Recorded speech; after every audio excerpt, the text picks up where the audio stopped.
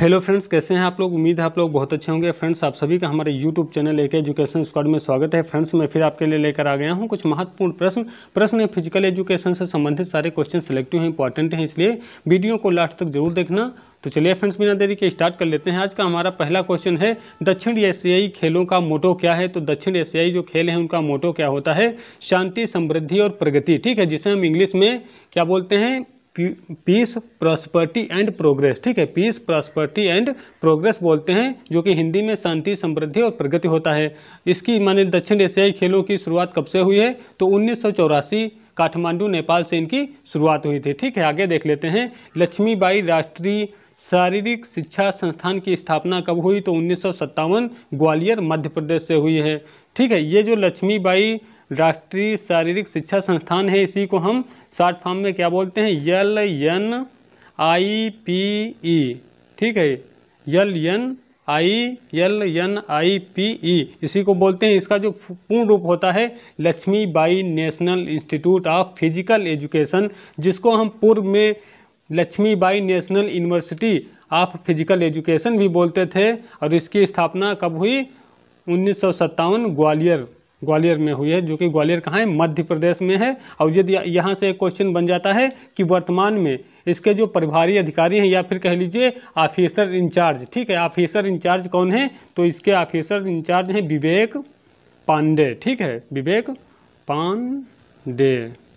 विवेक पांडे वर्तमान में क्या है, इसके ऑफिसर इंचार्ज हैं। ठीक है, चलिए आगे देख लेते हैं। प्रश्न नंबर 3, एरोबिक व्यायाम शब्द का प्रयोग सर्वप्रथम किसने किया था। तो एरोबिक जो शब्द है, इसका प्रयोग सर्वप्रथम किया था केनेथ एच कूपर ने। ठीक है, किसने किया था, केनेथ एच कूपर ने किया था। और एरोबिक जो व्यायाम होते हैं, मैं आपको बता देता हूं। देखो, इसमें क्या होता है, वे सभी एक्टिविटीज या फिर वे सभी कार्य जिसमें हमें ऑक्सीजन की ज़रूरत पड़ती है एनर्जी प्रोडक्शन के लिए, वे सभी क्या कहलाते हैं, एरोबिक व्यायाम कहलाते हैं।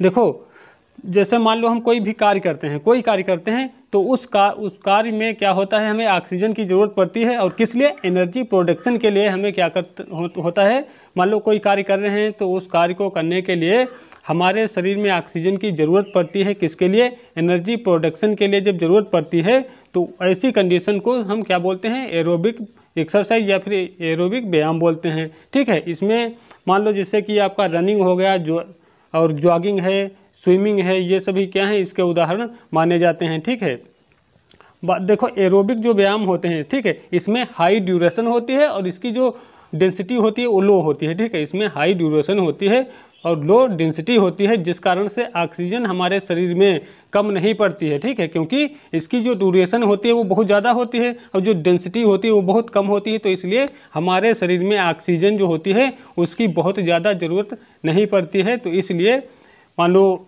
ऑक्सीजन की हम जब हमारे शरीर में ऑक्सीजन होती है, उस कंडीशन में हम क्या करते हैं, इन व्यायामों को कर लेते हैं। लेकिन जब इसके उल्टा एनारोबिक जो व्यायाम होते हैं, एक्सरसाइज होती हैं, उसमें ऑक्सीजन की कमी हो जाती है, तब हमारा शरीर जो होता है, हमारे शरीर में जो ऑक्सीजन, मतलब हमारा शरीर है ऑक्सीजन के बिना ही एक्सरसाइज माने एनर्जी उत्पन्न कर लेता है। ठीक है, ऑक्सीजन की कमी हो जाने के बावजूद भी शरीर जो है क्या करता है, एनर्जी उत्पन्न कर लेता है।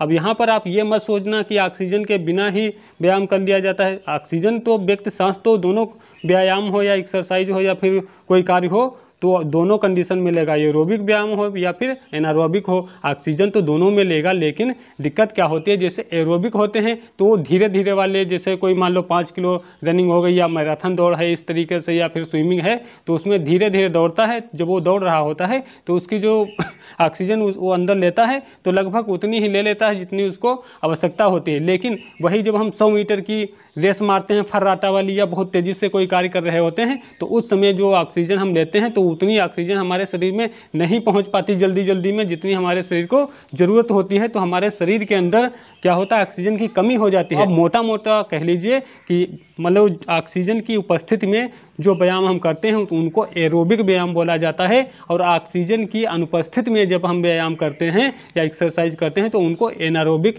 व्यायाम या एक्सरसाइज बोला जाता है। ठीक है, ये आपके लिए महत्वपूर्ण है चीज़।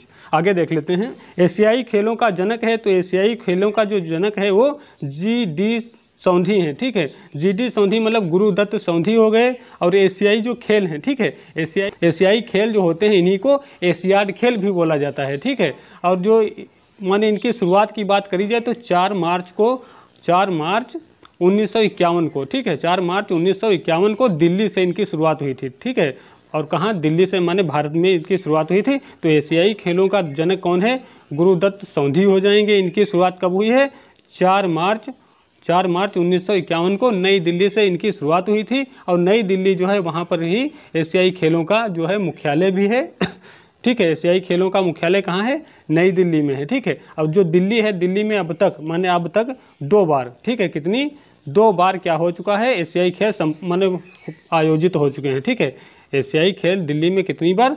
2 बार आयोजित हुए हैं। 1900 पहला वाला जो था 51 में, ठीक है। फिर इसके बाद 1982 में, सॉरी 1900 है, ठीक है, 1982 में, सही लिख देता हूँ। देखो पहला जो हुआ था ये कब? 1951 में हुआ था, ठीक है, 1951 में। फिर दूसरा वाला जो है ये वाला कब हुआ? 1982 में हुआ था, ठीक है। तो दिल्ली में अब तक 1951 और 1982 2 बार हो चुके हैं। याद रखना, ये पूछा हुआ क्वेश्चन है परीक्षा में। और इसका जो मोटो होता है, ठीक है, मोटो क्या है मैं आपको बता देता हूँ। ईवर अनवर्ड, ठीक है, लिख देता हूँ, ईवर अनवर्ड,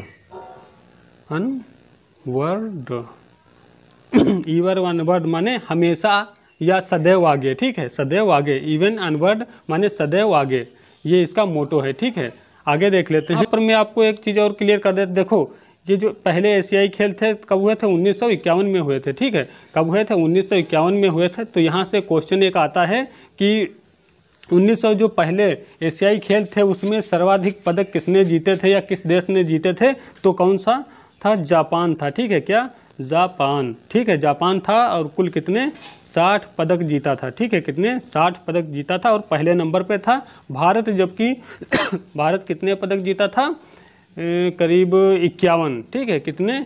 51 पदक जीतकर दूसरे नंबर पे था, ठीक है। जापान पहले नंबर पर था, कितने पदक जीता था? 60 जीता था। भारत 51 पदक जीतकर दूसरे नंबर पर था, ठीक है। याद रखिएगा, सब जाना है तो वीडियो को लाइक ज़रूर कर देना। अगला देख लेते हैं, प्रश्न नंबर 5। बैडमिंटन वर्ल्ड फेडरेशन का मुख्यालय कहाँ है? तो बैडमिंटन वर्ल्ड फेडरेशन का मुख्यालय कुआलालंपुर, जो कि ये कहाँ है? मलेशिया में है, ठीक है, कुआलालंपुर मलेशिया। और बैडमिंटन वर्ल्ड फेडरेशन की स्थापना कब हुई है? 1934 को हुई है, जिसका मुख्यालय कुआलालंपुर मलेशिया में है। अगला देख लेते हैं, प्रश्न नंबर 6। योगा कर्मस कौशलम श्रीमद् भगवत गीता से है ये परिभाषा, ठीक है। यदि ऑप्शन में श्रीमद् भगवत नहीं मिलता है तो भगवान श्री कृष्ण मिल जाएंगे। श्रीमद् भगवत जो गीता है ये महाभारत का हिस्सा है। और देखो बात आई गई है योग की, तो मैं आपको बता देता हूँ। देखो पहली बात तो योग देख लेते हैं। देखो योग जो होता है, योग एक माने क्या उसको बोलते हैं, योग जो होती है संस्कृत भाषा के युज धातु से, ठीक है। कौन सी? युज, कुछ इस तरीके से लिखा होगा। युज जो होती है एक धातु होती है, संस्कृत भाषा की युज धातु से योग शब्द की उत्पत्ति हुई है। और योग जो होता है, योग का मतलब क्या होता है? मिलना या फिर जुड़ना, ठीक है, या फिर मिलान। और इसकी योग की मान पितामह कह लीजिए तो महर्षि पतंजलि हैं। और प्रत्येक वर्ष योग दिवस माने विश्व योग दिवस कब मनाया जाता है? तो 21 जून को मनाया जाता है। और 21 जून को मनाने की जो प्रक्रिया है ये कब से चालू हुई? तो 2015 को पहली बार मनाया गया था, वो भी हमारे प्यारे भारत देश में, ठीक है। तो योग शब्द की उत्पत्ति संस्कृत भाषा की युज धातु से हुई है। योग का मतलब होता है मिलना या फिर जुड़ना या फिर मिलान। और प्रत्येक वर्ष योग दिवस कब मनाया जाता है? तो 21 जून को विश्व योग दिवस मनाया जाता है। और 21 जून को योग दिवस मनाने की जो परंपरा है कब से चालू हुई है? सन 2015 से चालू हुई है। और कहाँ से? हमारे प्यारे भारत देश से चालू हुई है। और मैं आपको बता देता हूँ, देखो यहाँ पर ये जो श्रीमद् भगवत गीता है, ठीक है, इसको किसने लिखा है? तो इसको मान लो लिखा है वो श्री वेद व्यास, ठीक है, महर्षि वेद व्यास जो है इसके रचयिता हैं। और ये श्रीमद् भगवत जो गीता है ये महाभारत का जो है एक हिस्सा है, ठीक है। गीता जो है ये किसने लिखी है? वेद व्यास ने लिखी है। और ये महाभारत का हिस्सा है। और जो महाभारत है दुनिया का सबसे बड़ा महाकाव्य है, ये चीज़ याद रखना। महाभारत जो है जो दुनिया का सबसे बड़ा काव्य है, कौन सा है? महाभारत है। आगे देख लेते हैं, प्रश्न नंबर 7। मलखंभ किस राज्य का राजकीय खेल है? तो मलखंभ जो होता है ये मध्य प्रदेश राज्य का राजकीय खेल है, ठीक है, मध्य प्रदेश का राजकीय खेल है। और ये कब घोषित किया गया था राजकीय खेल? तो 9 अप्रैल, ठीक है, 9 अप्रैल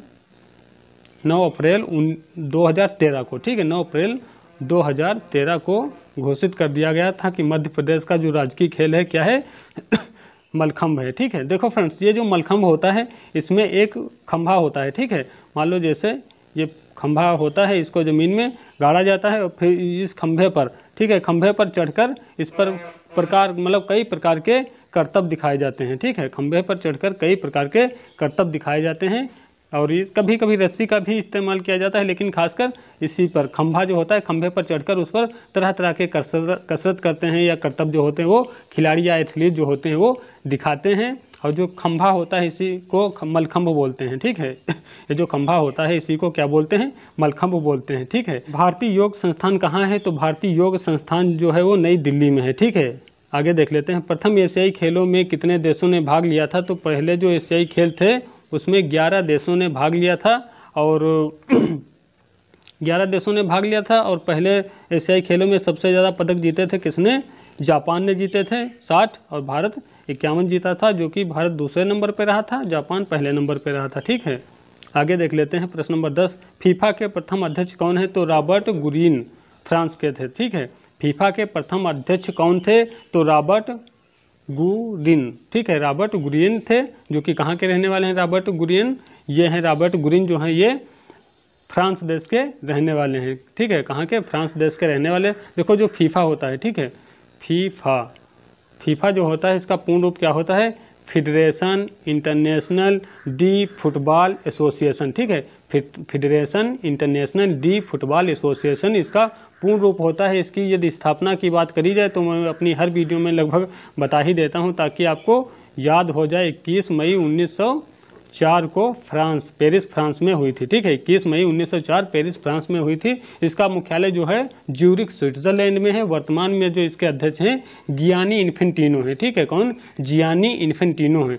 आगे देख लेते हैं प्रश्न नंबर 11। भारत किस राष्ट्रमंडल में भाग नहीं लिया था? तो माने कहने का मतलब है कि भारत कौन कौन से राष्ट्रमंडलीय खेलों में भाग किस किस सन में नहीं ले पाया था। तो ये सबसे पहले 1930 में जब से इनकी शुरुआत हुई थी तो भारत 1930 में नहीं लिया था हिस्सा, 1950 में नहीं लिया था, 1962 में नहीं, 1986 में नहीं, ठीक है। माने 1930, 1950, 1962, 1986 इन सभी में हिस्सा नहीं लिया। जो राष्ट्रमंडल खेल होते हैं, ठीक है, राष्ट्रमंडल जो खेल होते हैं इन्हीं को हम क्या बोलते हैं? कॉमनवेल्थ गेम भी बोलते हैं, ठीक है। क्या बोलते हैं? कॉमनवेल्थ गेम कह लीजिए, ब्रिटिश एम्पायर गेम भी बोला जाता है इन्हीं को, ठीक है। राष्ट्रमंडल जो खेल होते हैं इनको क्या बोलते हैं? कॉमनवेल्थ गेम्स या फिर ब्रिटिश एम्पायर गेम भी बोलते हैं। इनकी शुरुआत कब हुई है? 1930 हैमिल्टन कनाडा से इनकी शुरुआत लंदन में इनका मुख्यालय है और आयोजन जो होता है प्रत्येक 4 वर्षों के अंतराल पर होता है, ठीक है। तो मैं आपको बता देता हूँ। देखो ये जो राष्ट्रमंडल खेल होते हैं इन्हीं को हम क्या बोलते हैं? कॉमनवेल्थ गेम्स बोलते हैं या फिर ब्रिटिश एम्पायर गेम बोलते हैं या फिर इनके और भी बहुत सारे नाम हैं। लेकिन जो महत्वपूर्ण चीज़ है राष्ट्रमंडल खेल जिन्हें हम कॉमनवेल्थ गेम्स बोलते हैं, इनकी शुरुआत 1930 में हैमिल्टन कनाडा से हुई थी। मुख्यालय इसका कहाँ है? लंदन में है और इनका आयोजन प्रत्येक 4 वर्षों के अंतराल पर होता है, ठीक है। ये चीज़ आप याद रखिएगा। आगे देख लेते हैं प्रश्न नंबर 12। अभिप्रेरणा सीखने का सर्वोत्तम राजमार्ग है, यह परिभाषा किसकी है? तो यह परिभाषा जो है BF स्किनर की है, ठीक है। अभिप्रेरणा जो सीखने का सर्वोत्तम राजमार्ग है ये दरअसल स्पोर्ट्स साइकोलॉजी का क्वेश्चन है, ठीक है। ध्यान रखिएगा, इसलिए आप विचलित मत होना क्योंकि आप लोग बहुत जल्दी विचलित भी होने लगते हैं। तो परिभाषा ही कई बार परीक्षा में आ चुकी है तो इसलिए इसको डाल दिया हूँ। देखो अभिप्रेरणा सीखने का सर्वोत्तम राजमार्ग है, यह परिभाषा किसकी है? तो यह परिभाषा BF स्किनर ने, ठीक है। BF स्किनर जो थे इन्होंने अपना प्रयोग सबसे पहले किस पर किया था? तो इन्होंने अपना प्रयोग किया था चूहे पर, ठीक है। किस पर? चूहे पर किया था। पूछ लेता है, याद रखना ये चीज़। थांडाइक ने बिल्ली पर किया था। इस तरीके से आगे देख लेते हैं प्रश्न नंबर 13। मारडेका कप की स्थापना कब हुई? तो मारडेका जो कप होता है इसकी स्थापना 1957 को हुई थी। और जो मारडेका कप होता है किस खेल से संबंधित है? तो फुटबॉल खेल से संबंधित होता है मारडेका कप, ठीक है, याद रखिएगा। आगे देख लेते हैं प्रश्न नंबर 14। फुटबॉल के महानतम खिलाड़ी क्रिस्टियानो रोनाल्डो का संबंध किस देश से है? तो ये पुर्तगाल देश के रहने वाले हैं। फुटबॉल के महान से महान प्लेयरों में इनकी नाम शुमार है इनका, ठीक है। कौन? क्रिस्टियानो रोनाल्डो, जो कि पुर्तगाल के रहने वाले हैं। आगे देख लेते हैं प्रश्न नंबर 15। फुटबॉल का जो खेल है इसकी कुल समयावधि, फुटबॉल के खेल की कुल समयावधि कितनी होती है? 90 मिनट होती है, ठीक है। 90 मिनट की होती है। 2 45 मिनट के हाफ में बटा हुआ होता है। पहले 45 मिनट का खेल होगा, फिर 15 मिनट का इनिंग ब्रेक होता है, फिर उसके बाद 45 मिनट का फिर गेम होता है, ठीक है। तो जो फुटबॉल का खेल होता है उसकी जो कुल समयावधि होती है कितनी? 90 मिनट की होती है। जो रेस्ट टाइम होता है इनिंग के बीच में वो 15 मिनट का होता है, ठीक है। आगे देख लेते हैं नंबर 16। कबड्डी किस देश का राष्ट्रीय खेल है? तो जो कबड्डी खेल है ये किस देश का राष्ट्रीय खेल है? बांग्लादेश का, ठीक है। बांग्लादेश का जो राष्ट्रीय खेल है वो क्या है? कबड्डी है। अगला देख लेते हैं।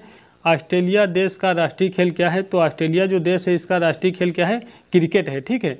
ऑस्ट्रेलिया देश का राष्ट्रीय खेल क्या है? क्रिकेट है। फ्रेंड्स, बात ऑस्ट्रेलिया की आ गई है तो मैं आपको बता दूं, देखो जो ऑस्ट्रेलिया है, ठीक है, ऑस्ट्रेलिया की जो राजधानी है वो कैनबरा है, ठीक है। कैनबरा है। यहाँ पर क्या चलता है? वो मुद्रा की बात करें तो ऑस्ट्रेलियन डॉलर चलता है, ठीक है। ऑस्ट्रेलिया की राजधानी कैनबरा है। यहाँ की जो मुद्रा है ऑस्ट्रेलियन डॉलर होता है। और जो क्षेत्रफल के हिसाब से बात करें तो क्षेत्रफल के हिसाब से विश्व का सबसे मतलब छठे नंबर का सबसे बड़ा देश है, ठीक है। क्षेत्रफल के हिसाब से छठे नंबर का विश्व का सबसे बड़ा देश है। और जो जनसंख्या की बात करें तो जनसंख्या में 53वां नंबर आता है, ठीक है। जनसंख्या में कौन सा नंबर आता है? 53वां नंबर आता है, ठीक है। यहाँ पर अंग्रेजी भाषा का इस्तेमाल ज़्यादातर किया जाता है, ठीक है।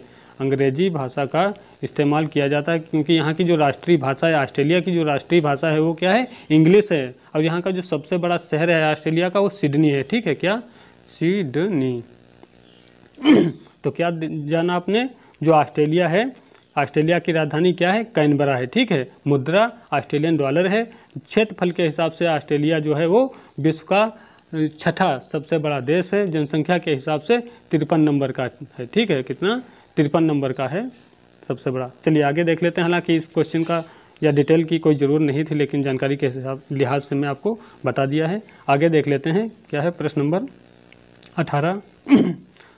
डकवर्थ लुईस का नियम किस खेल से संबंधित है? तो डकवर्थ जो लुईस का नियम है क्रिकेट खेल से संबंधित है। देखो इसमें क्या होता है, जैसे आपने मैच के शौकीन ही हैं क्योंकि इंडिया में रहते हैं, तो आपने देखा हो कभी बारिश हो गई या कोई प्राकृतिक या किसी कारणवश से मैच जो होता है वो कुछ समय के लिए मतलब बंद हो जाता है, बाधित हो जाता है। तो उस कंडीशन में क्या करते हैं? ओवर को कम कर देते हैं, काट देते हैं, ओवर काट देते हैं और एक नया लक्ष्य दे देते हैं रनों का, ठीक है। नया लक्ष्य देते हैं रनों का। उसमें क्या होता है, देखो ये ऐसा क्यों किया जाता है? ताकि मैच जो है अपने निर्णय तक पहुंच सके, माने हार जीत निकल आए कि कौन जीतेगा कौन हारेगा, ठीक है। तो मैच को निर्णय तक पहुंचाने के लिए डकवर्थ लुईस का नियम किया जाता है, जो कि डकवर्थ लुईस का जो नियम होता है आईसीसी द्वारा मान्यता प्राप्त नियम है।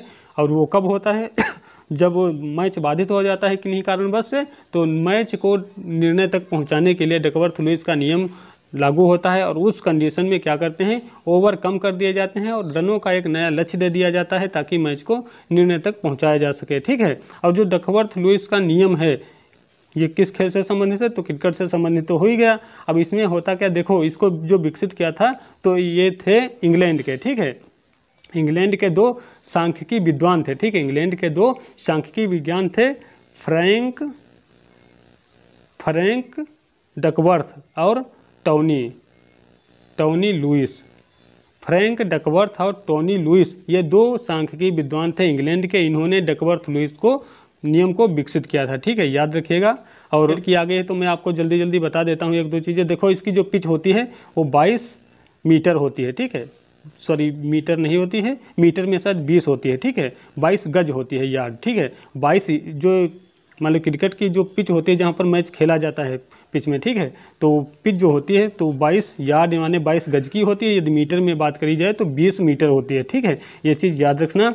और क्रिकेट का सबसे बड़ा जो स्टेडियम है, ठीक है, क्रिकेट का जो सबसे बड़ा स्टेडियम है वो नरेंद्र मोदी स्टेडियम जो कि अहमदाबाद गुजरात में है। वहाँ पर ये वाला स्टेडियम जो है भारत का सबसे बड़ा स्टेडियम और क्रिकेट का विश्व में सबसे बड़ा स्टेडियम, ठीक है। भारत का सबसे बड़ा कोई भी स्टेडियम में बात करी जाए तो भारत का सबसे बड़ा स्टेडियम हो जाता है। और यदि क्रिकेट की बात करी जाए कि विश्व में क्रिकेट का सबसे बड़ा स्टेडियम कौन सा है, तो नरेंद्र मोदी स्टेडियम जो कि गुजरात अहमदाबाद में है, ठीक है, अहमदाबाद गुजरात में है। इसमें जो दर्शकों के बैठने की क्षमता है 1,32,000, ठीक है, 1,32,000 लिख देता हूँ, 1,32,000 32,000 दर्शकों के बैठने की क्षमता है इसमें, जो कि दुनिया में सभी स्टेडियम से ज़्यादा है। तो इसलिए विश्व में क्रिकेट का सबसे बड़ा स्टेडियम कौन है? नरेंद्र मोदी स्टेडियम है, जिसे हम पहले सरदार पटेल स्टेडियम या फिर मोटेरा क्रिकेट स्टेडियम के नाम से जानते थे। ठीक, कबड्डी खेल का जन्मदाता देश है, तो कबड्डी खेल का जन्मदाता देश है भारत। ठीक है, कबड्डी खेल का जन्मदाता देश कौन है? भारत है। भारत, और भारत के अंतर्गत बात करी जाए तो भारत के सबसे दक्षिणी राज्य तमिलनाडु से इसकी शुरुआत हुई थी। भारत का जो सबसे दक्षिणी राज्य है तमिलनाडु, यहाँ से इसकी शुरुआत हुई थी।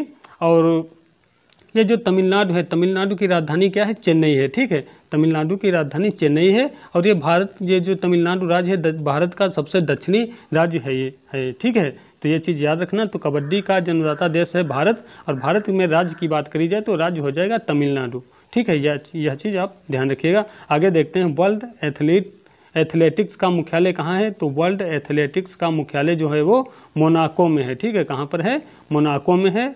प्रश्न नंबर 21, क्रिकेट को हिंदी में कहते हैं, तो क्रिकेट को हिंदी में क्या बोला जाता है? गोल गट्टम लक्कड़ पट्टम दे दनादन प्रतियोगिता। ठीक है, क्रिकेट को हिंदी में क्या कहते हैं? तो गोल गट्टम लक्कड़ पट्टम दे दनादन प्रतियोगिता, ये इसको हिंदी में बोला जाता है। हालांकि क्रिकेट बोलना आसान है, हिंदी बोलना उतना आसान भी नहीं है। ठीक है, अगला देखते हैं, फ्लाइंग सिख के नाम से किसे जाना जाता है? तो फ्लाइंग सिख के नाम से किसे जाना जाता है, ये आपने हमें कमेंट में बताना है। ठीक है, तो फ्रेंड्स, यदि वीडियो अच्छा लगा तो वीडियो को लाइक कर देना। यदि चैनल पर नए हैं तो चैनल को सब्सक्राइब कर लेना, साथ में बेल आइकॉन जरूर प्रेस कर देना, ताकि मैं जो आने वाली वीडियो है मेरी वो उसका नोटिफिकेशन आप तक स्वतः पहुंच जाए। और वीडियो कैसा लगा ये कमेंट में जरूर बताइएगा। तो मिलते हैं कल फिर एक नए वीडियो में नए टॉपिक के साथ में, तब तक जय